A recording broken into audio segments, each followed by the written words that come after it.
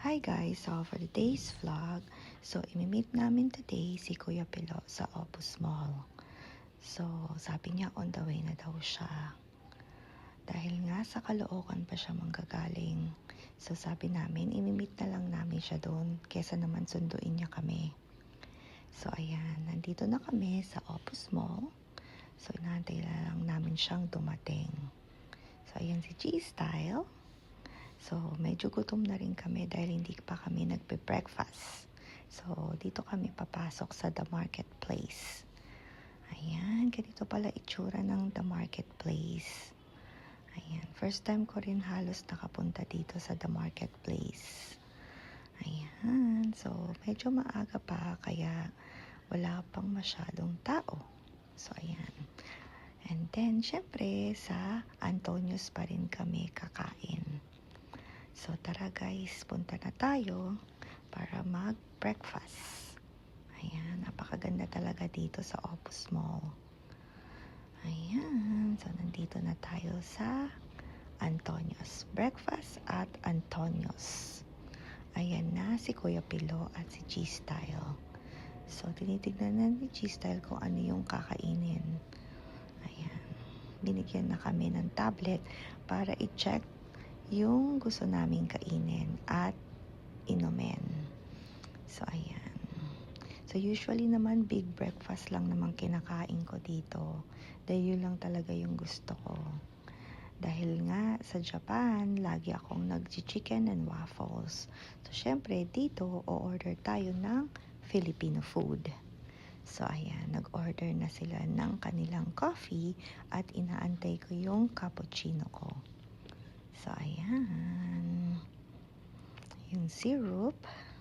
And then, maya-maya, dadating na rin yung cappuccino ko. So, ayan, nag-start na silang magkwentuhan.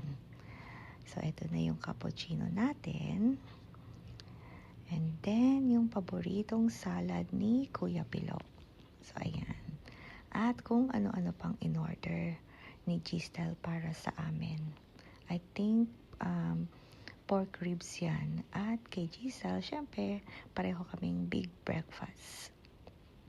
Ayan. So, yan yung big breakfast ng Antonio's. Ayan.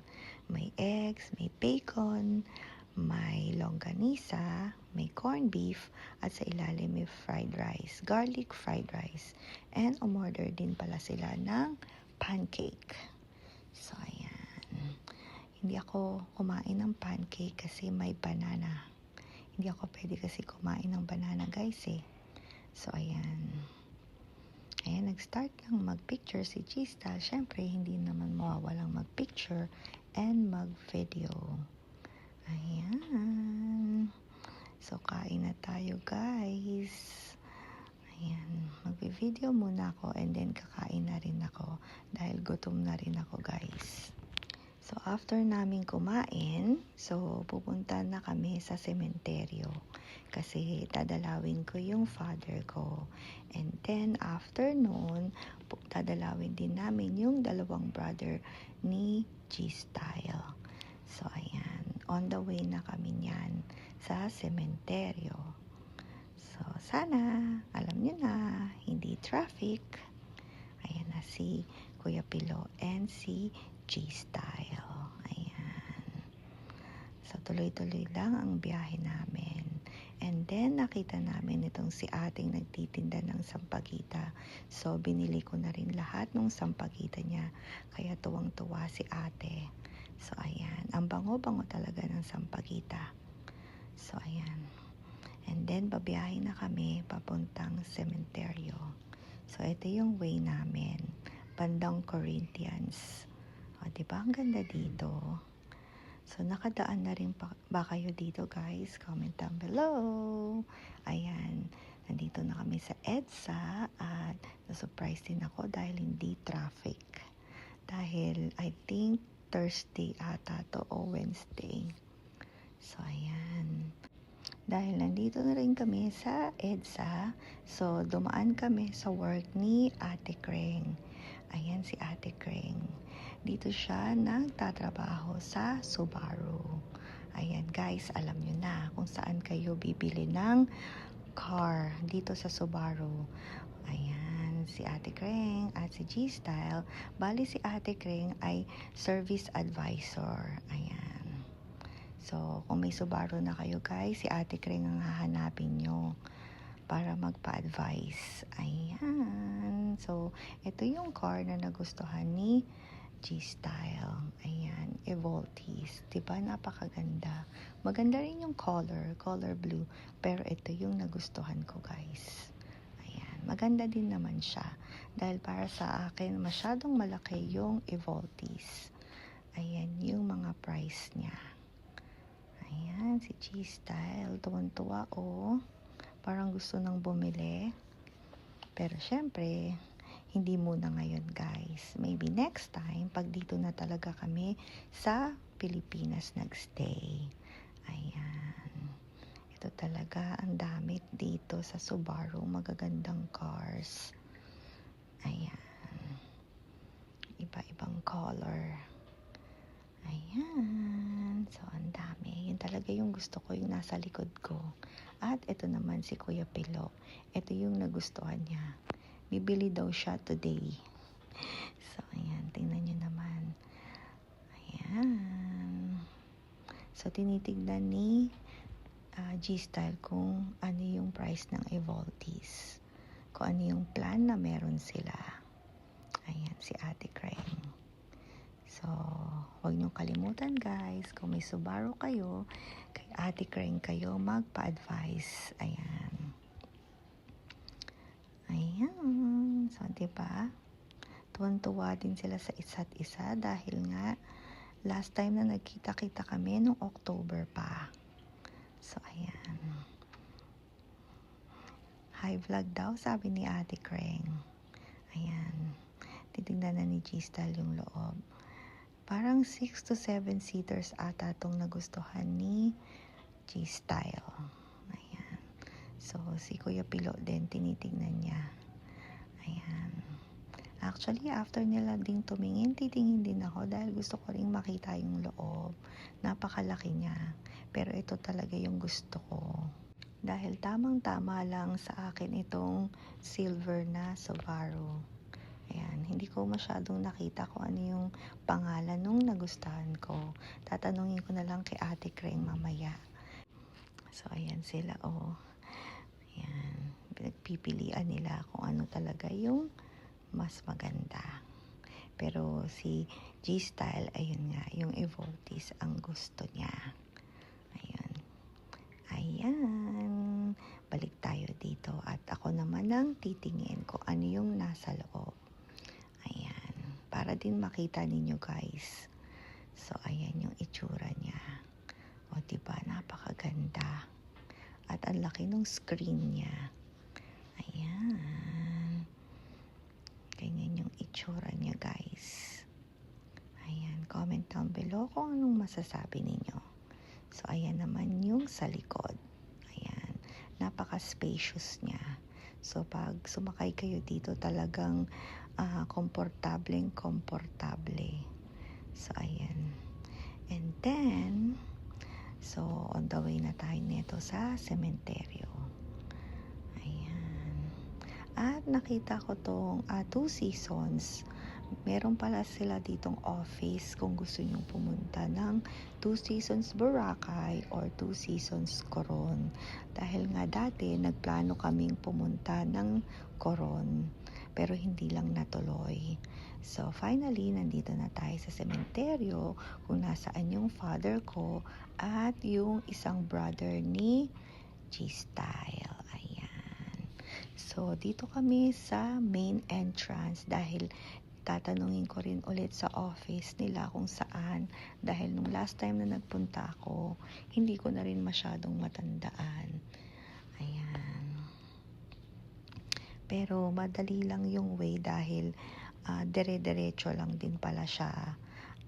And then, dalawang turn, ayun, nandun na yung mausoleo ng father ko. Ayan, napakalawak pala dito. Tingnan nyo naman, guys. So, ayan. Napakalawak. So, dahan-dahan lang kami dahil nga minimake sure namin na hindi namin malampasan yung lilikuan. So, ayan. So, sabi sa amin, yung unang kanto, kakaliwa, and then kanan. So, ayan. Naghahanap na kami kung nasaan dahil nakakalito naman talaga dahil pare-pareho sila ng itsura. Pero alam ko yung kung saan mismo, yung address. Pero, yun nga, nakakalito guys. Ayan. So, hanap-hanap kami at medyo madulas din dito.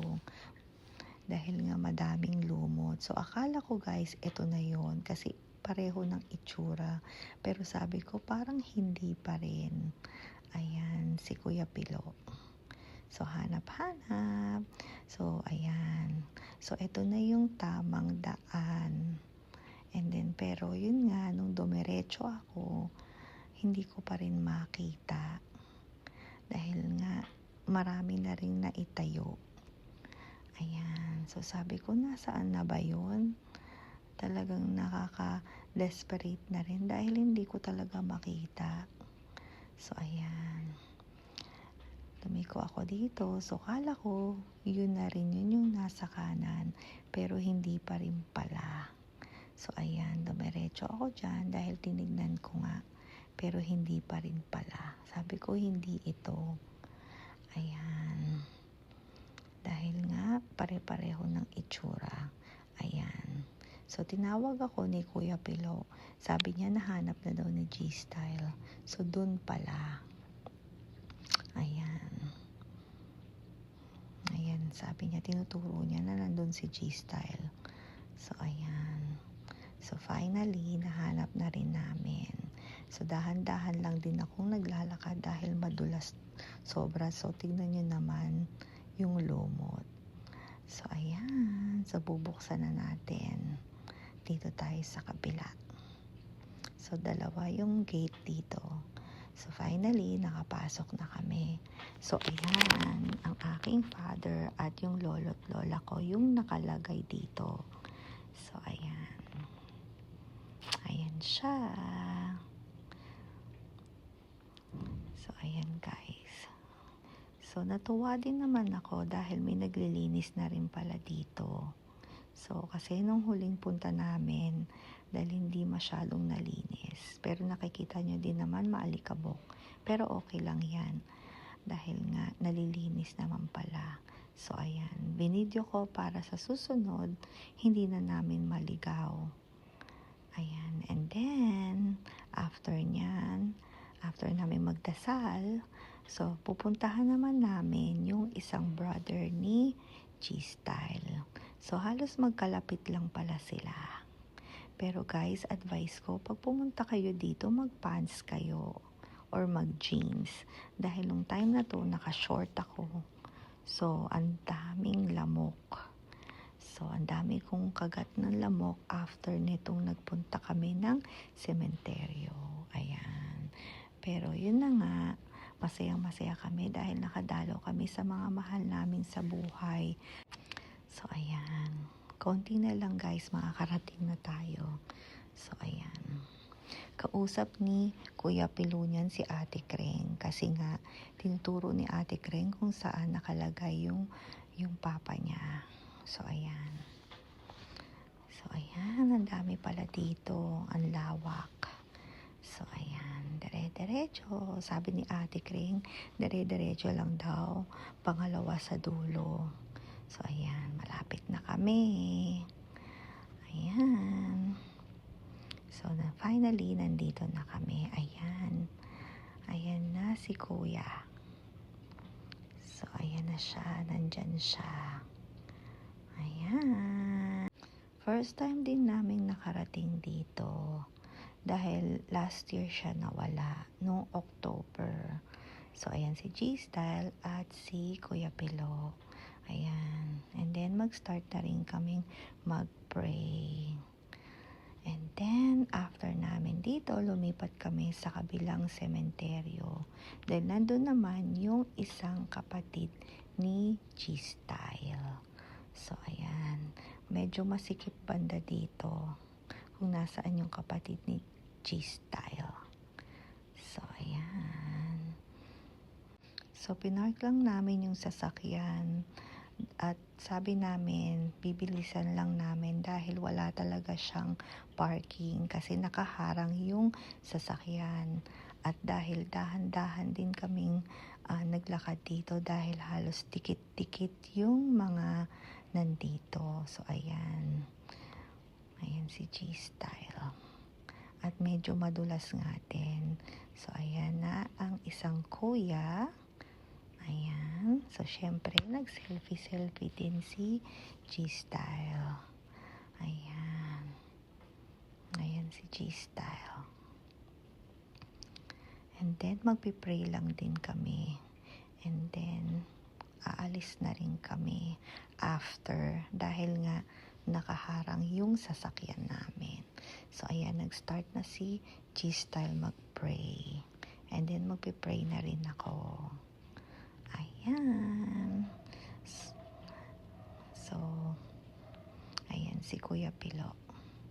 So, dito banda, wala masyadong lamok. Pero, ayan. And then, nadaanan din namin itong kung saan nandito yung mga po. Sila Fernando Po Jr., ayan yung family niya, si Susan Roses. So, magkalapit lang pala sila. Ayan, nag-start na namang umulan. Ayan, medyo malawak din pala kung nasaan sila. So, ayan. And then, dediretso na kami sa Hard Rock, Manila. So, susunod na lang daw si Ate Jasmine at si Ate Kreng. So, in-invite ko rin yung pinsan kong si Ate Cheche. Ayan. Kung naalala nyo si Ate Cheche. So, lakad-lakad papuntang Hard Rock. Ayan. Marami pa palang hindi open dito na mga stores. So, ayan ako at si Kuya Pilo. Ayan, kinakausap niya yata that time si Ate Jasmine na after work, dumiretso na dito sa Hard Rock, Manila. Ayan, ang saya-saya namin kasi magka-hard rock kami. So, tuwing umuwi kami dito sa Pilipinas, hindi pwedeng walang hard rock. Ayan. Dati noon, mahilig kami sa comedy bar.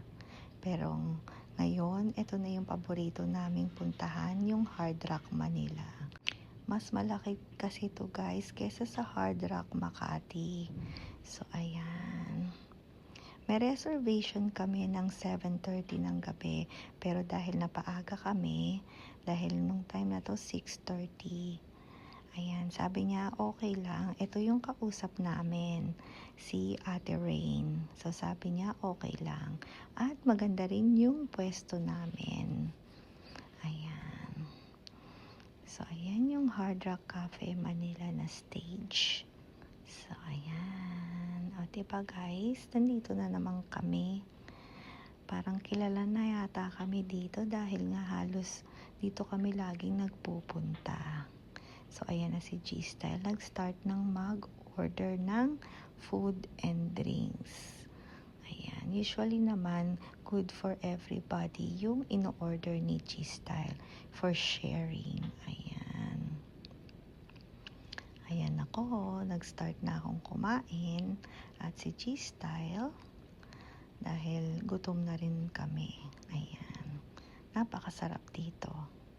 So, comment down below kung nagpunta na rin kayo dito at ano yung experience ninyo dito sa Hard Rock, Manila at ano yung in-order ninyo.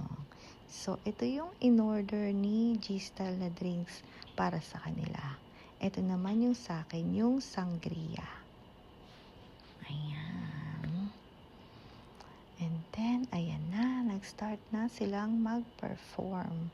I think 8 o'clock yung start ng performance nila. Ayan. Pero alam ko may mga nauna pa sa kanila. Dahil nga 6:30 kami dumating dito. So, ayan.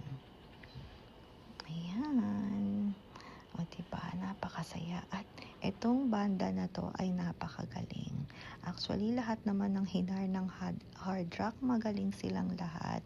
Pero ito yung isa sa mga paborito namin. And then finally, nandito na si Ate Jasmine, galing work. Ayan. O, diba? Fresh na fresh. So, ayan. And then, ayan, nag-start na. So, and dumating na rin si Ate Kreng from work. O, diba? So, ayan.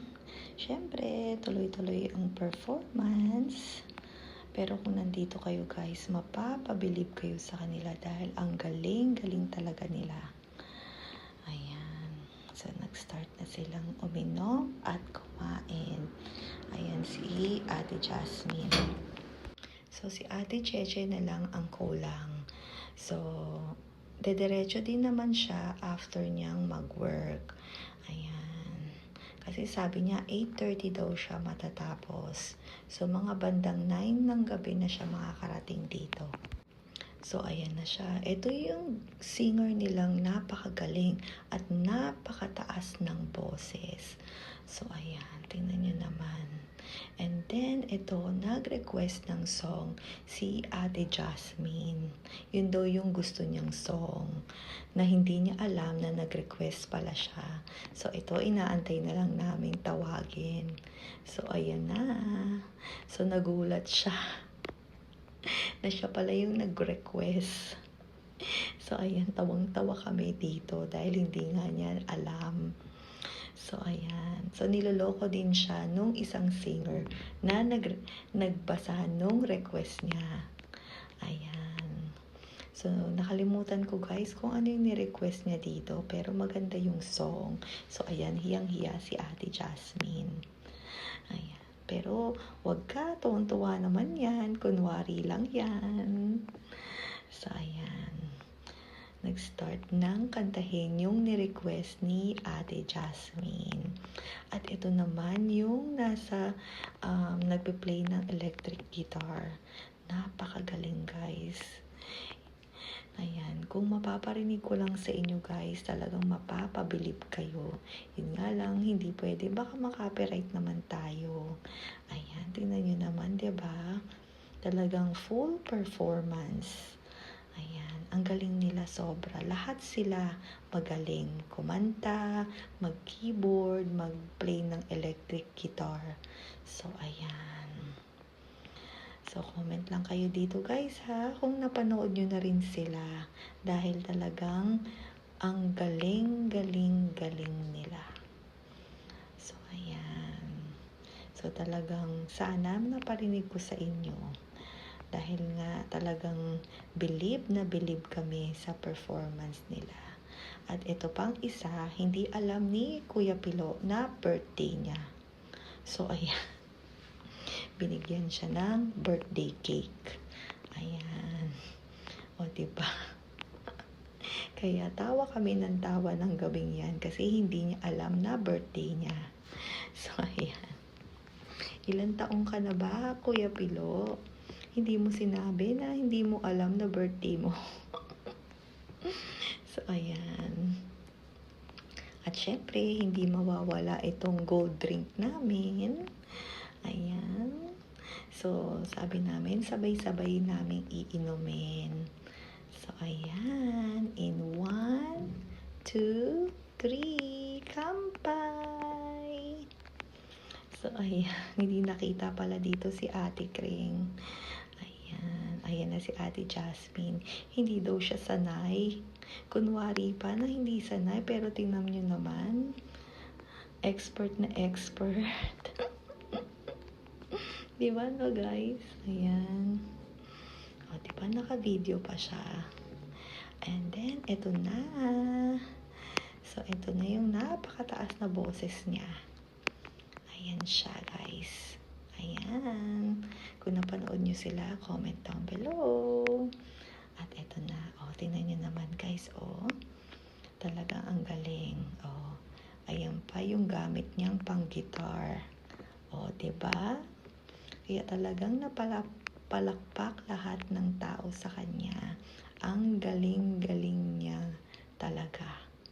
Sayang lang talaga, wala pa si Ate Cheche nung gabing to at hindi niya napanood. So, ayan. O, diba?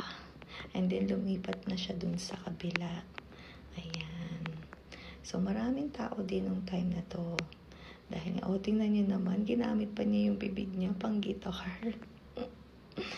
So, ang galing. Ayan. And then, nag-order pa ng pizza si G-Style. So, ito yung itsura ng pizza na in-order niya. And finally, dumating na rin ang ating Ate Cheche. Dahil nga, galing din siya sa work. Ayan. And then, yan, tuloy-tuloy ang ligaya. Nagbubulungan kami, guys, kasi napakaingay din dito nung gabing yun. Ayan, para magkarinigan kami. So, ayan na si Ate Cheche, mag-start ng kumain. So, yun yung kinuha niya, yung chicken and yung pizza. Ayan yung mga food namin. Ang dami, diba, guys? So, anong paborito nyo ditong orderin? Paborito ko dito yung mga tacos at yung meron din silang sisig. So, ayan. Yung sabi ni G-Style na kumain pa sila. At kung may gusto pa sila. O, ayan. Tingnan nyo naman. Napaka-sweet ng Ate Jasmine. Sinusubuan pa si Kuya Pilo. Ayan. Parang totoo, diba? So, ayan. Kami ni G-Style. Buti na lang, guys, hindi ako inantok nung gabing ito. Dahil nga nakapagkape naman tayo. So, ayan, gising na gising. So, ayan si Ate Cheche. Ayan. Kinuha na niya yung drinks niya. I think Long Island iced tea yung sa kanya. Ayan. O, diba? Talagang chill lang kami dito sa Hard Rock, Manila. At ito na naman siya. Napakataas ng boses nitong taong to. Ayan, ang galing-galing. Talagang full performance. Ayan, kung naririnig nyo lang, guys, ang galing sobra. Kaya talagang hindi nagkamali ang Hard Rock Manila sa pag-hire sa kanila. Ayan, halos lahat naman silang mga band, magaling sila sobra. So, ayan. So, kayo guys, sino ang paborito nyong band dito sa Hard Rock Cafe Manila? So far, talagang sila yung paborito namin. So, meron pang isang banda dito na sila yung nag-perform nung nag-retire si G-Style. So, ayan na naman kami ni Ate Cheche, nagkukulitan kami. Dahil nga, nung last na kita namin ni Ate Cheche, I think nung nagpunta siya ng Japan, nung birthday niya, last year. So, ayan, kampay-kampay, nagkukulitan. So, ayan. At dumating na naman yung gold drink namin. So, sabi namin, i-video namin at sabay kaming iinom. Ayan. So, kino-compare namin yung salt dahil mas marami yung sa akin kaysa sa kanya. So, ayan. Parang ang kulit-kulit namin dahil humingi siya ng lemon. Bakit daw wala siyang lemon? So, ayan. So, at least nakuna na natin dito si Ate Kring. So, ayan. Kami naman din ni Ate Cheche. Ayan. So, kayo guys, ano yung paborito ninyong drinks dito sa Hard Rock Cafe Manila? So, ayan. Tingnan nyo naman kami ni Ate Cheche. Oh. Ayan. Anong masasabi ninyo guys? Tama ba yung pag-inom namin? Kaya natatawa kami. Ayan, naubos din daw. At pagtingin ko sa baba, may nakaiwan ng sapatos. Ayan. Kanino kaya yan? Kay Ate Jasmine yan. At umorder ulit ako ng isang sangria. At syempre, hindi mawawala ang sayawan. Dahil sabi ni Kuya Pilo, next time makabalik siya dito sa Hard Rock Manila, sasayaw na siya. So, ayan. At tingnan na naman, todo bigay si Ate Jasmine. Hindi ko lang makita banda dito si G-Style dahil natatakpan siya ni Polly. So, ayun. Dahil nandun siya banda sa likod. Sabi ko nga, pumunta siya sa bandang harap para kitang-kita siya. Pero hindi niya ako napapansin kasi nga, ang saya-saya nung gabing ito. So, ayan, tingnan niyo naman si Polly, ang galing, diba? At si Ate Jasmine nandun sa likod. So, Ate Jasmine, anong ginagawa mo dyan? So, ayan. Nakalimutan ko kung ano tong kantang to. Ayan, diba? Todo bigay sila. Anong masasabi ninyo guys? Comment down below. So, ayan. Natapos din. Ayan si G-Style. At ito na naman yung ating gold drink. Dumating na naman siya. So, ayan. Ayan. Pinapakanta ni G-Style si Polly dito. Ayan.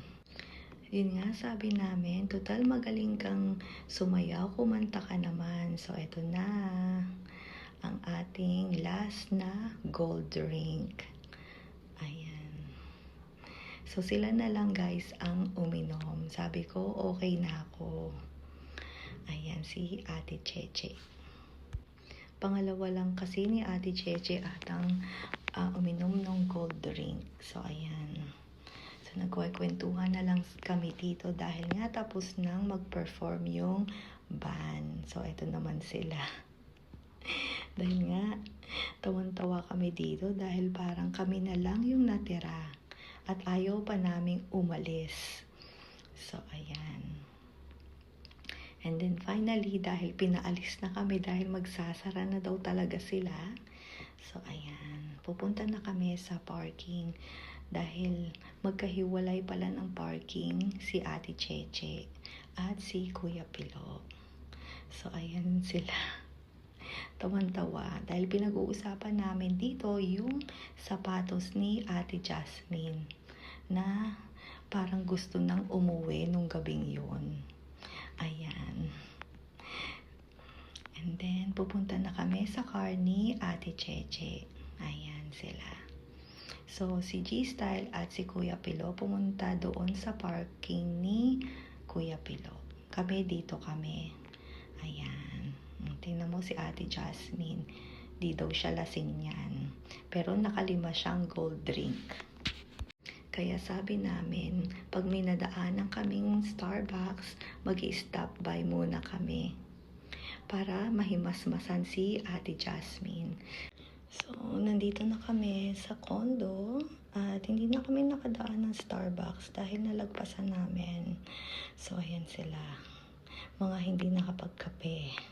At maya-maya matutulog na rin kami. So, ayan si G-Style. Dumating na rin sila. Alright guys, thank you guys for watching.